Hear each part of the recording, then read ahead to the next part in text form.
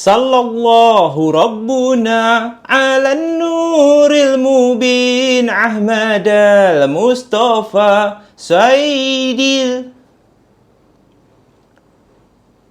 Sallallahu Rabbuna ala nuril mubin Ahmad al-Mustafa Sayyidil Mursalin Sallallahu Rabbuna ala nuril mubin Ahmad al-Mustafa Sayyidil Mursalin Sallallahu Rabbuna ala nuril mubin Ahmad al-Mustafa Sayyidil Mursalin. Assalamualaikum dan kembali lagi kita dalam Malam Puaka guys. Apa khabar semua geng-geng puaka? Aku harap korang sentiasa terhibur dan kekal ceria mendengar kisah keseraman level pisang dalam Malam Puaka guys. So di atas permintaan ramailah di antara geng puaka yang setiap hari aku boleh katakan meminta kepada Zaf channel, Zaf, ceritalah pengalaman sendiri. Sebab itulah Zaf malah nak berkongsi pengalaman sendiri. Belum apa-apa Zaf dengar ada orang buka pintu, tutup pintu. Padahal hari ni Zaf seorang je dekat dalam studio. Tapi tak apalah. Sebab kan geng puaka semua dah minta Zaf Hafiz cerita pengalaman orang je. Cuba Zaf cerita apa yang Zaf pernah alami. Zaf pernah ke ada kejadian seram? So malam ni khas untuk geng puaka aku tunaikan permintaan korang. Dan lepas ni aku harap tak ada dah minta Zaf ceritalah pengalaman Zaf. Aku akan cerita daripada A sampai Z. So standby popcorn, standby kopi. Kemungkinan konten pada malam ni agak panjang sedikit. Tapi yang penting aku harap korang terhibur dan kekal ceria dalam Malam Puaka.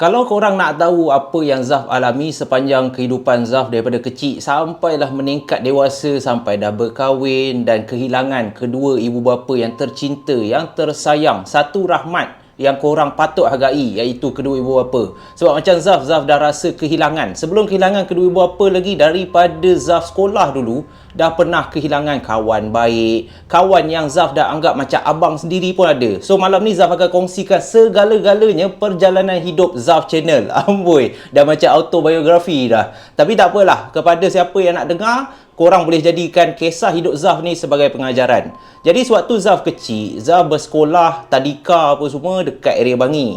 Sampailah Zaf menjangkau ke darjah 6 ataupun usia darjah 6 usia 12 tahun. 12 tahun, lepas tu Zaf pindah dan bersekolah di Kajang. Dan Zaf tinggal di area Sungai Kantan. Siapa orang Kajang memang tahu. Area Sungai Kantan ni dia berjiran dengan Sarjana Impian dan juga Taman Jenaris. Okay? So itu layout sikit lah. So mula-mula sewaktu Zaf nak tinggal kat Kajang tu, arwah ayah dia beli tanah. Dia beli tanah kosong yang dulunya hutan kawasan tu. Lepas tu arwah ayah beli tanah tu untuk buat satu rumah. Jadi bila buat satu rumah, makan masa setahun jugalah daripada Zaf darjah 6. Lepas tu sampai je Zaf form 1. Okey, rumah tu pun dah siap, alhamdulillah. Jadi Zaf bersama kakak, mak ayah semua, satu keluarga lah senang cerita, pindahlah masuk dan tinggal kat Kajang tu. Jadi cerita dia tak bermula lagi. Rumah tu pada beberapa bulan yang pertama Zaf pindah masuk situ, okey je. Bukannya Zaf nak cakap yang rumah tu memang haunted. Zaf tak ada fikir pun yang rumah tu ada masalah. Sebab waktu awal-awal, yalah, orang cakap rumah pertama sebelum ni duduk Bangi tu rumah sewa. So bila keluarga Zaf, ayah Zaf dapat buat rumah yang milik kita orang sendiri, so sebagai budak kecil yang Zaf boleh katakan di usia remaja jugalah, form 1 kot kan, budak-budak lagi, masuk situ memang best. Memang orang cakap rumahku syurgaku pada awalnya lah. Jadi cerita yang Zaf nak kongsi dengan korang bermula selepas Zaf pergi menunaikan haji di Mekah. Alhamdulillah. Siapa geng puaka yang nak panggil Haji Zaf, boleh lah. Walaupun perangai Allahu Akbar. Banyak lagi yang Zaf kena betulkan ni. Tapi yang tu kita tolak tepi dulu.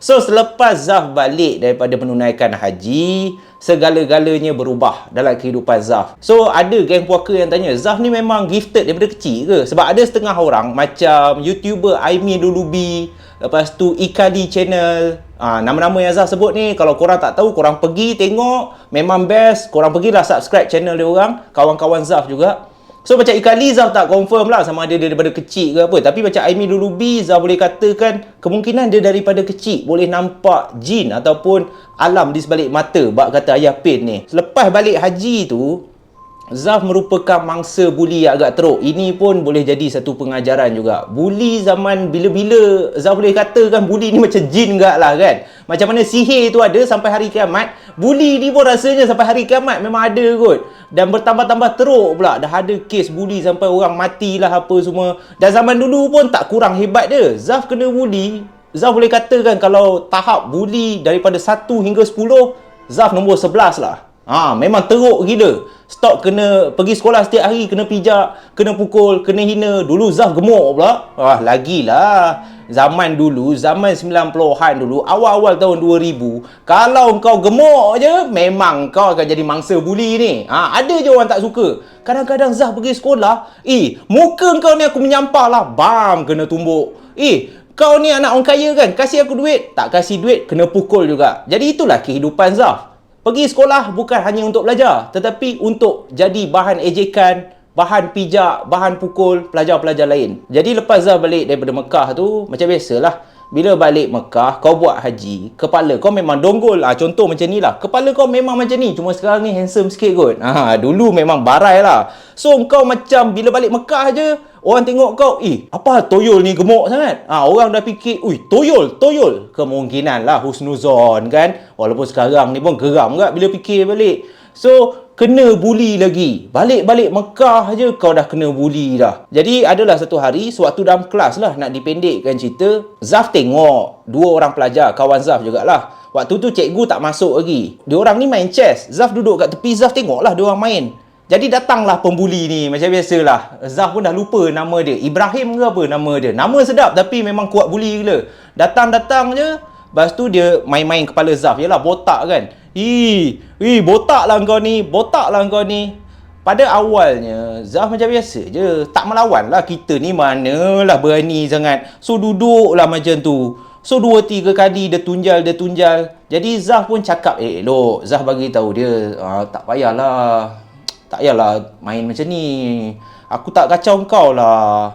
Tapi dia keep on. Lagi Zaf komplain kan, lagi Zaf merayu, tak payahlah tolak-tolak kepala. Lagi kuat dia tolak. So dalam 2-3 kali dia tolak tu, pada masa tu Zaf nak gambarkan kepada korang, itulah pengalaman pertama kalau Zaf boleh kata itu adalah rasukan. Itulah rasukan. Sepanjang Zaf hidup, itulah pertama kali Form 1 tu kena rasuk. Awal-awal rasa okey, lepas tu dia rasa berdengung tau. Kepala ni rasa macam 2-3 kali dia tolak. Macam yang korang pernah dengar tak bunyi nyamuk tu, yang dia bunyi straight macam tu. Awalnya Zaf dengar macam tu. Lepas tu belakang telinga ni dah mula panas. So bila macam panas je rasa, dah tak selesa, Zaf rasa apa benda ni? Apa ada? Dia rasa lain. Dia rasa macam ada satu haba ataupun satu benda lah. Jin ni lah, senang cerita. Jin ni cuba nak masuk dalam badan kau. Kan orang cakap dia akan masuk melalui tulang belikat, tulang belakang kau tu. So dah mula rasa sakit. Daripada telinga ni panas, dia dah mula belakang tulang tu dah mula sakit. Dan secara tiba-tiba, Zaf tak sedar pun, Zaf dah kena rasuk. Pengalaman dirasuk ni memang agak menerukkan. Apa yang diceritakan oleh kawan-kawan, sewaktu Zaf tak sedar tu, Zaf gelak dengan kuat dalam kelas tu. Dan budak-budak lain semua dah takut dah. Sebab tak pernah diorang tengok Zaf gelak sekuat tu. Perwatakan Zaf 180 darjah berubah. Dengan mulut, air liur dah meleleh-leleh diorang cakap. Lepas tu mata Zaf, memang diorang boleh nampak, dia tak ada lah merah. Menipu lah kalau Zaf cakap orang kena rasuk ni mata merah. Tak, tapi mata Zaf buka sebesar-besar yang boleh. Dan Zaf terus grab leher budak ni kan, yang bully Zaf ni, daripada depan kelas. Dengan sebelah tangan, Zaf boleh campak dia sehingga terpelanting ke belakang kelas. Itulah betapa kuatnya kalau seseorang tu kena rasuk. Kepada mana yang tak tahu ataupun tak pernah tengok, Zaf pun rasa excited juga. Tak sangka kau macam ada satu super power. So budak ni bila Zaf campak dia ke belakang, dia terkejut. Dan budak-budak lain, geng-geng dia ni semua dah takut. So pada masa tu Zaf pergi dekat salah seorang yang pembuli ni, kawan yang Zaf campak tadi tu. Zaf pegang dia punya baju dan Zaf angkat dia ke atas. Dan ada budak dengar pada masa tu lah Zaf cakap dekat salah seorang pembuli ni, "Kau tak suka ke? Kau nak aku datang? Ini aku datang." So selepas Zaf dah cakap macam tu dengan nada yang garau, dan ada 2-3 orang pelajar lain pegang Zaf, dan pada masa tu salah seorang cikgu perempuan dah mula masuk ke dalam kelas. Cikgu tu pun cuba tenangkan Zaf. Ayat yang cikgu tu katakan kepada pembuli-pembuli ni sampai sekarang Zaf ingat. Dia cakap, kalau budak yang senyap ni, kalau budak yang korang tengok dia tak banyak cakap, dia tak pernah marah, jangan buat dia marah. Sebab orang-orang yang senyap, yang Zaf boleh katakan dia tak bergaul sangat, dia duduk seorang diri, orang pukul dia, orang buat dia, dia tak pernah marah. Sekali korang buat dia marah, dia macam gunung berapi. Memang tak boleh dikawal. So pada masa tu di antara dua lah. Kemungkinan Zaf terlalu marah, kadang-kadang tak sedar. Sebab Zaf jenis sebelum ni penakut.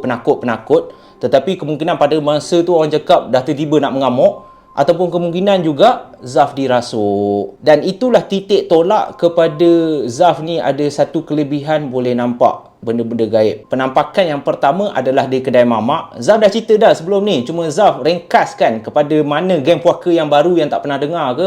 Kat kedai mamak tu adalah satu malam ni Zaf lepak dengan kawan-kawan dalam 20 orang macam tu. Lepak kat kedai mamak. Sejak kejadian Zaf kena rasuk tu bertahun juga. Bertahun tu Zaf tak nampak pun. Tak ada lagi kelebihan boleh nampak. Tapi lepas dah masuk form 3 kot. Form 3 ke form 4. Lepak kat kedai mamak dalam 20 orang kat Kajang kat ni. So lepak kat kedai mamak ni. Tengah lepak-lepak sekali. Biasalah mamak tu ramai orang.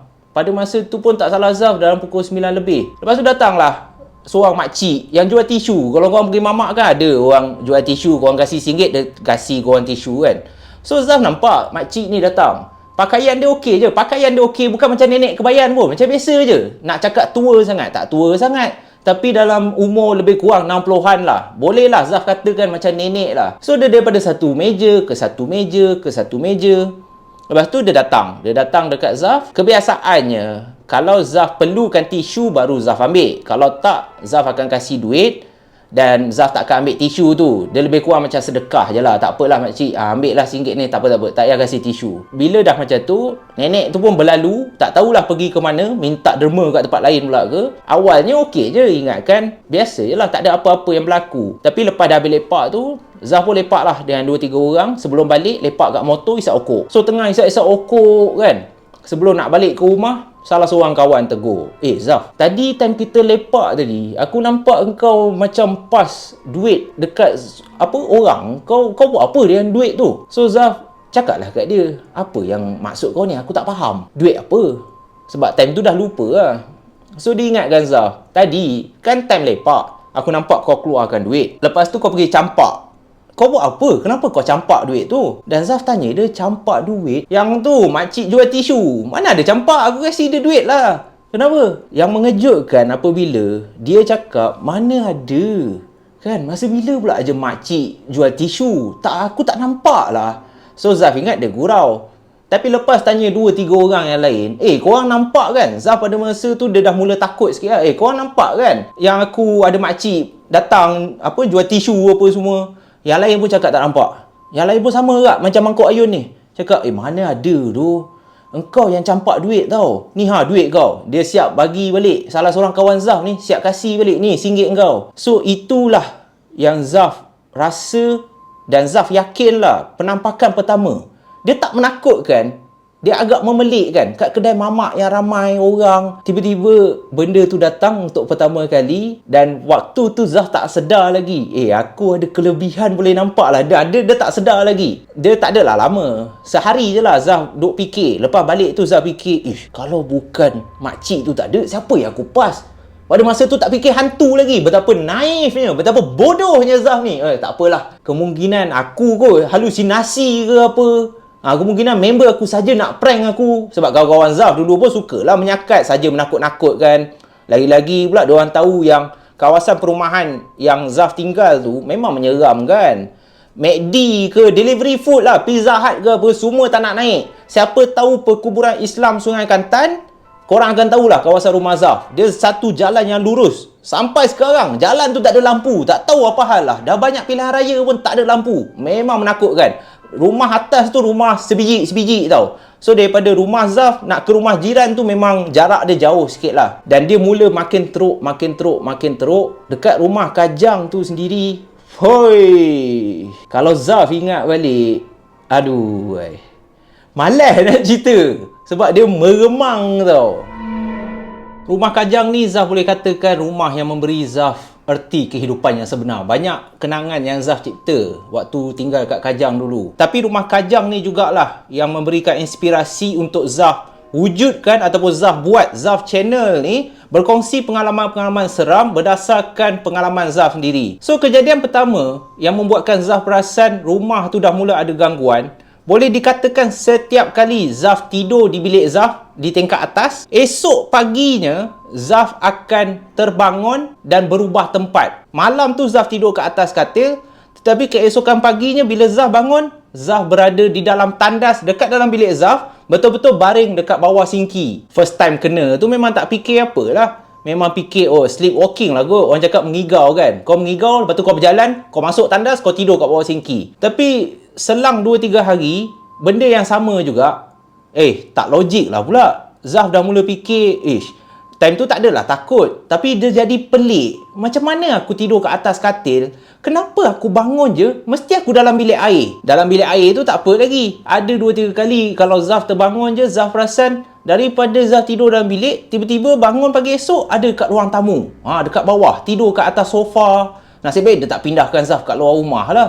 So bila dah sampai tidur kat bawah tu, itu dah jadi pelik lah. Dah mula ada rasa takut sikit lah. Try juga beritahu arwah mak pada masa tu, mak, macam mana adik boleh tidur kat bawah? Mama kejut ke kan? Mama dukung ke? Even mak aku pun marah.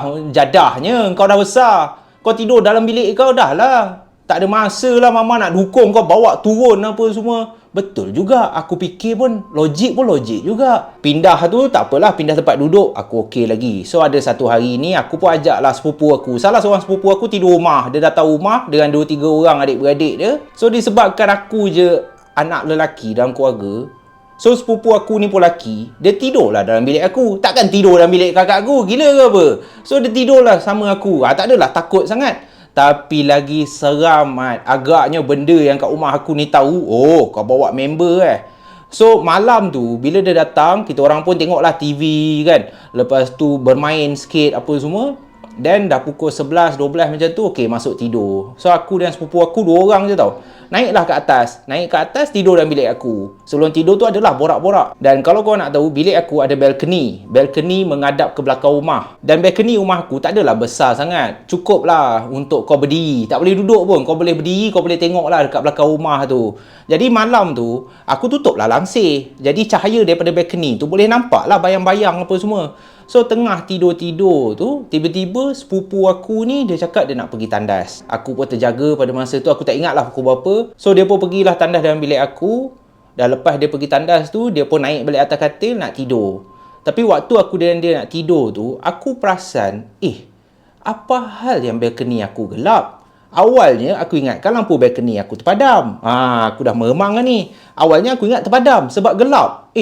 Apa gelap? Tapi bila aku tengok balik betul-betul, aku dan sepupu aku tengok balik betul-betul, bukannya lampu balcony tu terpadam, tapi dekat balcony aku sekarang ni, aku boleh nampak ada satu bayang-bayang seakan-akan susuk hitam. Yalah, bayang-bayang lah, tak nampak lah apa benda. Nasib baik ada langsir kan. Tapi nampak je lah susuk tubuh hitam tu besar gila, mat.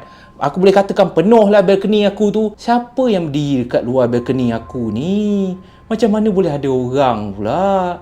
Daripada bawah balcony tu, daripada bawah lantai, aku pun pandang ke atas. Allahu Akbar. Na'udzubillah. Bila aku pandang ke atas, aku dan sepupu aku boleh nampak ada dua mata. Dua mata yang warna merah. Benda ataupun lembaga tu tengah tengok lah, Mat. Tengah tengok aku dan sepupu aku ni tidur dalam bilik. Dan disebabkan takut, aku dengan sepupu aku lari turun bawah, tidur je dekat atas sofa kat ruang tamu. Nak kejut mak bapak aku, malas lah sebab dah pagi kan. So tidur sampailah esok paginya.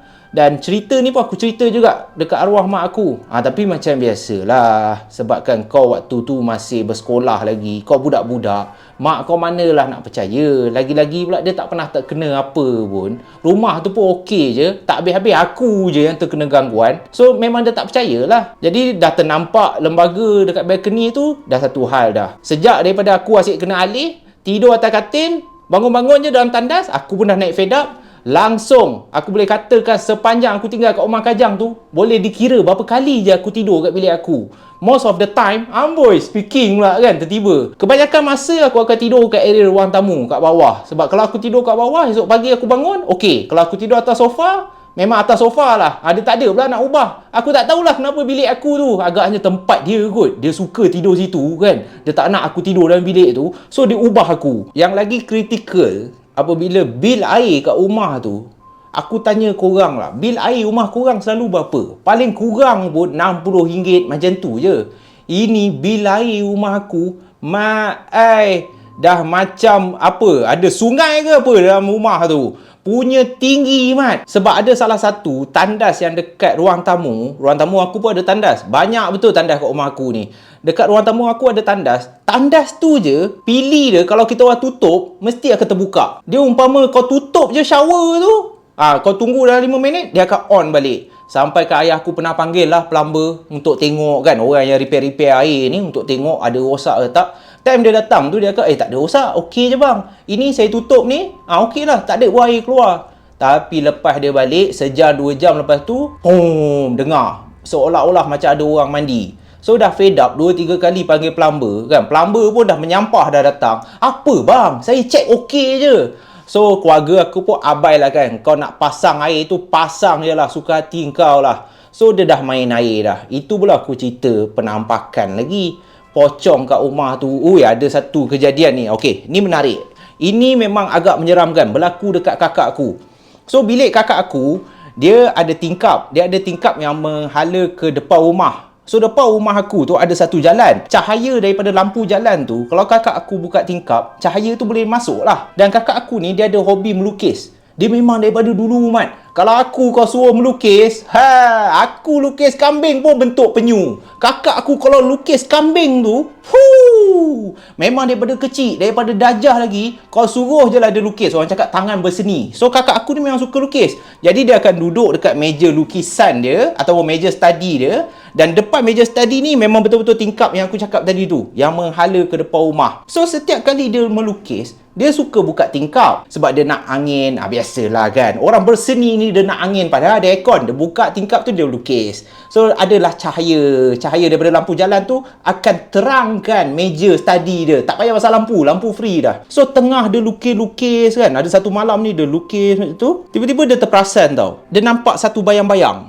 Dia nampak bayang-bayang ni daripada kiri ke kanan, kiri ke kanan, kiri ke kanan. So pada awalnya dia fikirkan, kemungkinan pokok lah kot, pelepah pokok ke. Sebab rumah Kajang aku, ayah aku suka betul tanam pokok. Macam-macam pokok lah, Rafflesia lah, orchid lah, pokok tinggi, pokok bulat. Bila ada bayang-bayang dekat meja lukisan kakak aku ni, dia ingatkan pokok lah daripada luar ni. Tapi tak habis-habis tau. 2-3 kali bayang ni macam tengah menghayun sesuatu tau. Kiri, kanan, kiri, kanan, kiri, kanan. Jadi dia pun pandanglah dekat tingkap. Dia nak tengok, pelepah pokok mana yang menghayun-hayun ni.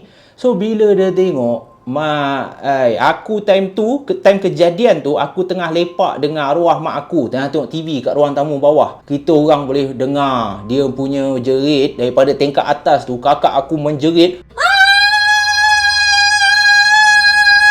Terus dia berlari daripada tingkat atas, dia berlari turun, pergi dekat mak aku, terus peluk mak aku. Aku time tu dah jam dah. Apa hal pula kakak aku ni? Apa yang dia menangis ni? Tak pernah menangis macam tu. Aku tengok dia dah menggigil-gigil dah. Tapi aku tanya mak aku biasalah, aku pula kena marah tu. Nantilah. Tak nampak ni kakak engkau ni jangan menangis. Sepak engkau kan? Tak pasal kat sekolah kena bully, dekat rumah kena marah dengan mak. Tapi aku pun satu hal juga. Dah nampak kakak aku macam tu, nak juga tanya time tu, apa hal mak Along? Along okey ke? So keesokan harinya barulah mak aku cerita. Kakak aku cakap, time dia tengah melukis tu, tiba-tiba ada bayang-bayang.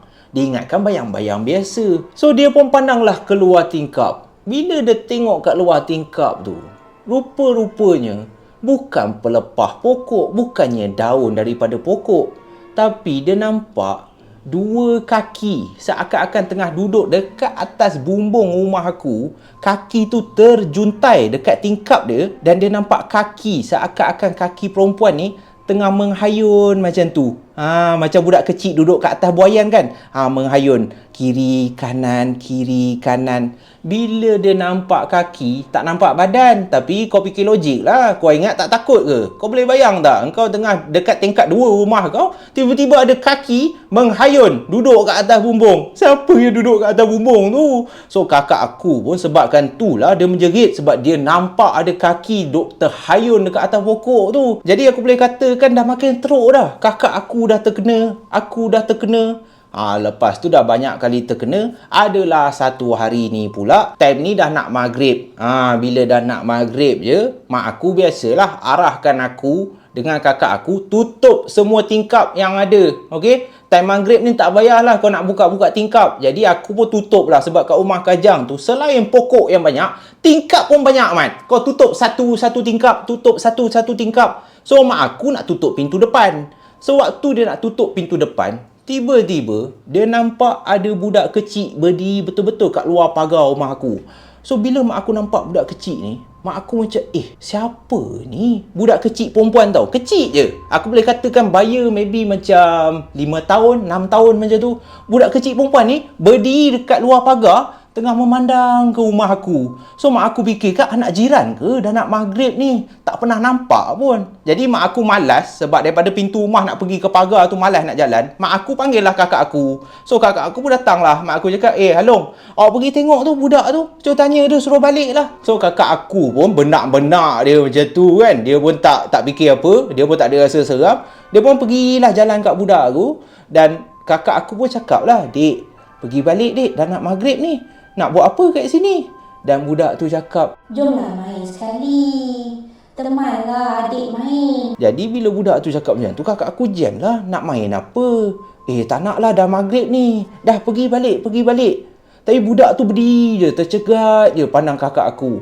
Lepas tu waktu kakak aku jalan, kakak aku dengar lagi sekali budak tu cakap, tak apalah. Nanti malam saya datang, okey? Malam nanti kita main sama-sama tau. Sejurus kakak aku dengar budak kecil tu cakap macam tu, nanti malam saya datang, kita main sama-sama nak? Memang taklah, kakak aku terus lari tutup pintu. Mak aku tanya, kenapa ni? Awak ni kenapa? Kakak aku senyap je. Kakak aku tak cerita pun apa yang terjadi tu. Dia cerita kat aku dan aku cakap, memang salah. Itu jin tu. Itu memang nak jin. Saja nak mengganggu kita. Jadi dah 3 dah. Banyaklah yang kejadian berlaku. Korang nak aku cerita rumah Kajang ni Pontianak aku pernah nampak. Okey, aku cerita pasal Pontianak pula. Tapi sebelum aku cerita pasal Pontianak, benar ke aku minum air dulu? Haus, Mat. Aduh, hai. Tu ya, aku malas nak cerita pasal rumah Kajang ni. Sebab banyak betul gangguan. Sambung nangis. Jadi Zaf nak kongsi dengan korang pengalaman terjumpa Pontianak pula. Dah macam seko-seko pula Zaf jumpa. Tapi itulah hakikatnya apabila kau dah boleh nampak ni. Memang satu-satu benda kau nampak. So pengalaman yang jumpa Pontianak ni pula, sewaktu Zaf pulang daripada lepak minum dengan kawan-kawan. Jam dah menunjukkan pukul 11 malam. Dia benda ni standard, Mat. Dia berlaku jarang tengah hari. Walaupun kadang-kadang pernah juga Zaf nampak waktu tengah hari. Nampak juga benda-benda yang pelik ni. Tapi kebiasaannya malam lah. So waktu jam dah pukul 11 lebih, Zaf pun ajaklah 2-3 orang kawan Zaf. Weh, temanlah aku. Zaf memang penakut. Kawan-kawan pun dah tahu dah. Sebab jalan menghala ke rumah Zaf tu, dia ada 2 jalan je. Engkau tak lalu kubur Islam, kau akan lalu kubur Cina. Kau kena juga buat pilihan. Jadi nak dekat melalui kubur Islam lah. Tapi masalah dia, kalau lalu kubur Islam ni, kau akan lalu satu jalan yang lurus tau. Dalam 500 ataupun 1 kilometer dan tak ada lampu jalan. Kiri kanan jalan ni, hutan je, semak samun je. So bila Zaf ajak 2-3 orang kawan, temanlah aku, takkan aku buat balik seorang. Kawan-kawan semua cakap, oh sibuk lah, alah tak boleh lah Zaf, minyak motor aku tak ada lah. Padahal Zaf offer, tak apalah, aku tong-tong lah kan, aku bayar lah duit minyak kau temanlah aku balik. Macam-macam alasan dia orang kasi. So nak tak nak, engkau kenalah balik seorang. So berbekalkan motor 125Z dulu, amboi, macam cerita rempit, macam Madi pakai tu, motor warna hitam merah. Zaf pun naik lah motor 125Z ni, nak balik ke rumah. So waktu lalu perkuburan Islam tu okey lagi, tak ada hal lagi. Tapi mulut ni dah kumat kamit lah baca Fatihah apa semua. So lalu kubur Islam tu, lepas tu Zaf kena lalu jalan yang lurus tadi ni. So waktu Zaf melalui jalan yang lurus ni, tengah Zaf bawa motor tu, di sepanjang jalan tu dah lah gelap. Dekat atas-atas ni kau boleh nampak adalah ranting-ranting pokok yang tinggi-tinggi tau.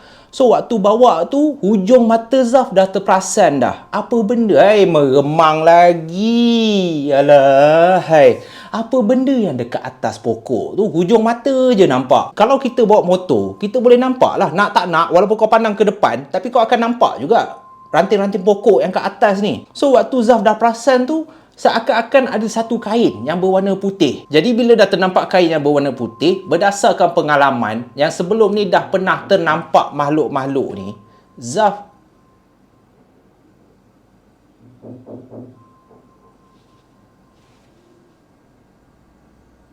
dia main ketuk-ketuk pula.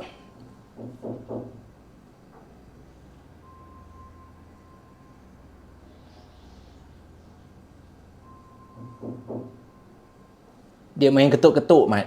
Dengar tak dalam kamera? Aku harap terdengar lah. Aduh.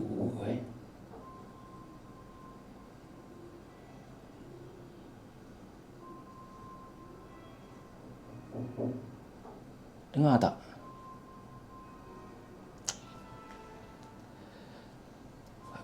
Bismillahirrahmanirrahim. Alhamdulillahirabbil alamin arrahmanirrahim maliki yaumiddin iyyaka na'budu wa iyyaka nasta'in ihdinas siratal mustaqim siratal ladzina an'amta 'alaihim ghairil maghdubi 'alaihim waladdallin amin.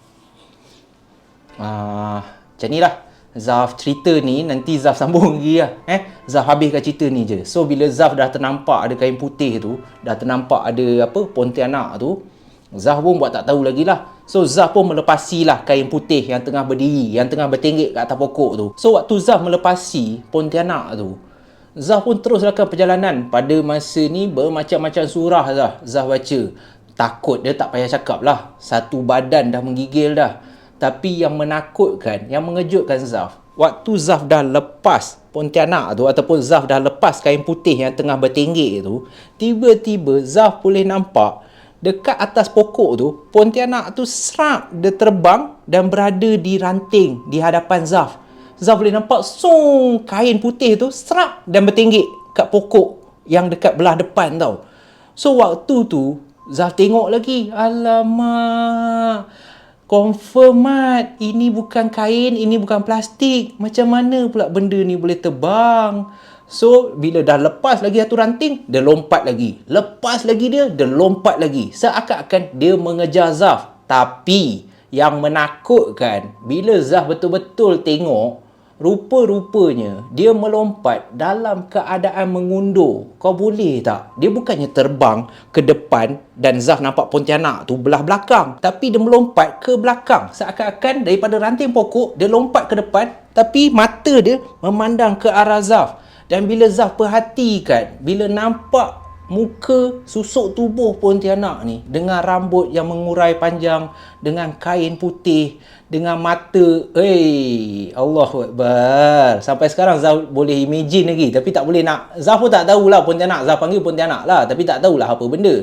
Mata dia yang menyala memandang tepat ke arah Zaf yang tengah bawa motor ni, dan setiap kali Zaf lepas je Pontianak ni, dia akan lompat satu. Lepas lagi satu, dia lompat satu. Dia lompat satu.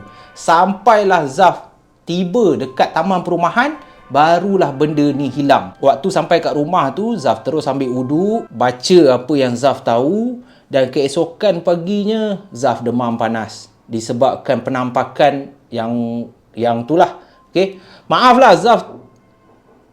Okey lah. Dah banyak kali ni. Dia main ketuk-ketuk, Zaf pun tak tahu apa. Okay. Alright. Okay, so kita jumpa lagi dalam malam poker yang akan datang, guys. Stay safe, stay healthy, insyaAllah. Kalau korang suka, korang tekan button subscribe. Zaf akan sambung. Kita jumpa part 2 lah, part yang kedua. Sure ramai game poker yang komen, Zaf muka dah nampak gelabah, memang gelabah. Kalau korang yang tengok ni, bacalah ayat pelindung. Sebab Zaf pun rasa tak sedar hati dah ni. Okay, insyaAllah maaf sangat-sangat. Ingat nak habiskan dalam satu episod je, tapi bersambunglah ke episod yang kedua. Pengalaman seram yang dialami oleh Zaf. Dan jangan lupa tekan button subscribe, share, like, dan jangan skip iklan. Bye-bye guys. Assalamualaikum. Okay. Allahu Akbar. Bismillahirrahmanirrahim. Alright, okay.